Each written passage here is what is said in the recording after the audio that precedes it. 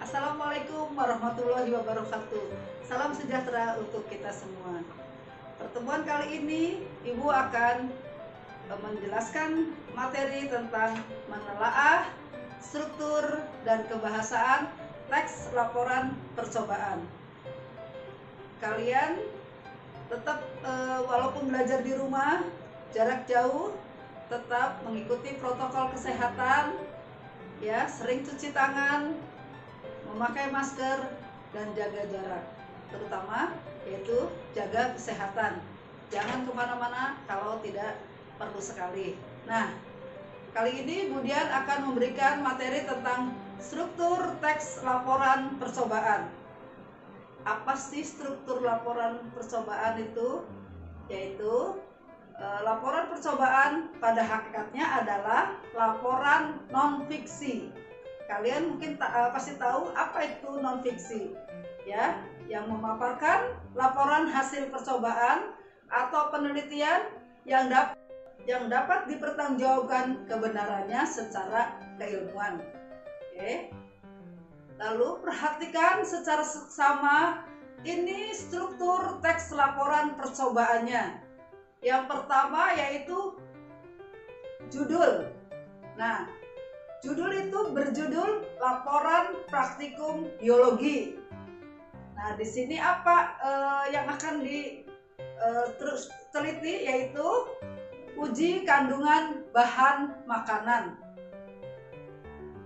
Apa saja yang perlu kita perhatikan? Yaitu yang pertama, judul. Judul merupakan pintu atau muka dari sebuah teks laporan percobaan, ya. Yang kedua yaitu pendahuluan. Secara umum, bagian pendahuluan memaparkan latar belakang rumusan masalah dan tujuan percobaan secara lengkap. Nah, perhatikan latar belakang memaparkan hal-hal yang terkait dengan percobaan. Contohnya misalkan di sini latar belakang memaparkan hal-hal yang terkait dengan percobaan yang akan kita lakukan dengan menekankan tentang pentingnya percobaan tersebut dilakukan. Perhatikan contoh berikut.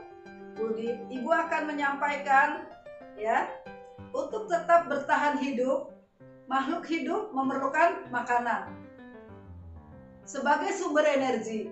Makanan merupakan kebutuhan kita sehari-hari dan kebutuhan makhluk hidup yang harus dipenuhi bagi setiap makhluk hidup.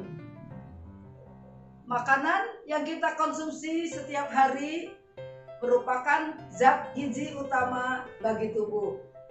Zat gizi adalah substansi di dalam makanan yang menyediakan energi dan material untuk perkembangan, pertumbuhan, dan perbaikan sel tubuh.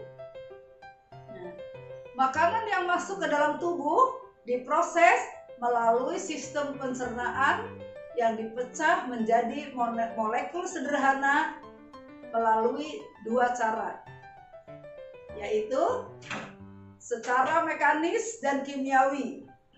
Cara mekanis melibatkan pergerakan otot, misalnya melalui mulut, kunyah dengan gigi, dan gerak peristaltik. Nah, cara kimiawi dilakukan oleh enzim pencernaan dan diproses di dalam mulut dan lambung. Sebelum makanan dikonsumsi, untuk selanjutnya dapat dicerna oleh tubuh. Sebaiknya perlu diperhatikan zat gizi yang terkandung di dalamnya. Akan tetapi, kebanyakan orang tidak terlalu memperhatikan hal tersebut sehingga saat manusia makan, mereka melupakan nutrisi yang dibutuhkan tubuhnya.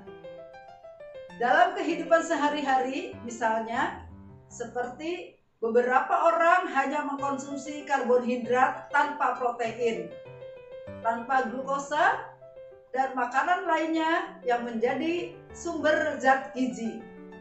Hal tersebut bisa terjadi karena kebanyakan dari mereka tidak mengetahui pasti bahan makanan apa saja yang mengandung zat gizi yang diperlukan tubuh mereka. Berkaitan dengan hal tersebut, diadakan praktikum untuk mengetahui kandungan karbohidrat, protein, lemak, dan glukosa dalam berbagai bahan makanan.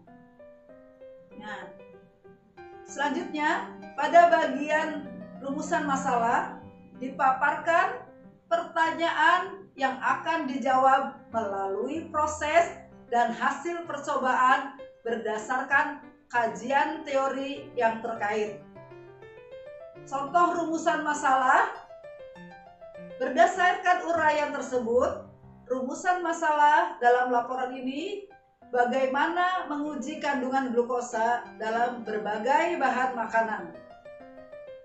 Pada bagian tujuan dipaparkan tujuan yang ingin dicapai dalam percobaan. Nah, tujuan laporan yaitu yang pertama ya harus mengetahui kandungan karbohidrat, protein, lemak, glukosa dalam berbagai makanan. Lalu landasan teorinya apa? Atau kajian pustakanya. Di sini yang akan kita kaji yaitu seperti karbohidrat, protein, lemak, dan glukosa. Nah, yang keempat ada metode penelitiannya. Apa metode penelitiannya? Yaitu kita menggunakan alat dan bahan. Apa saja alat yang diperlukan? Yang pertama yaitu tabung reaksi, rak tabung, gelas kimia, pembakar spiritus, pipet tetes, korek api. Nah, itu merupakan alat dan bahan. Yang kedua, bahan. Seperti kita ketahui yaitu nasi, kentang, roti, tahu, telur, alpukat, minyak goreng, margarin, ekstrak gula, ekstrak permen, larutan biuret, lugol, veling, A dan B juga C, itu veling ya. Bagaimana prosedur kerjanya? Hasil dan pembahasan pada bagian ini dipaparkan hasil percobaan dan pembahasannya secara cermat dan jelas. Berdasarkan kajian teori yang telah dijelaskan, selanjutnya hasil percobaan dapat dipaparkan dalam bentuk deskripsi atau tabel. Nah, yang terakhir yaitu adalah simpulan berupa daftar pustaka. Semoga kalian semua anak-anak kelas 9 dapat melaksanakan percobaan, dapat membuat teks laporan percobaan. Nanti di rumah kalian berlatih, boleh menggunakan laporan biologi atau apa saja yang ingin kalian praktekkan, lalu kalian tuliskan. Nah, semoga bermanfaat untuk kalian semua. Pesan dari Ibu, tetap semangat, jaga kesehatan, ikuti protokol kesehatan, sering-seringlah cuci tangan, memakai masker, dan jaga jarak. Terima kasih. Wassalamualaikum warahmatullahi wabarakatuh.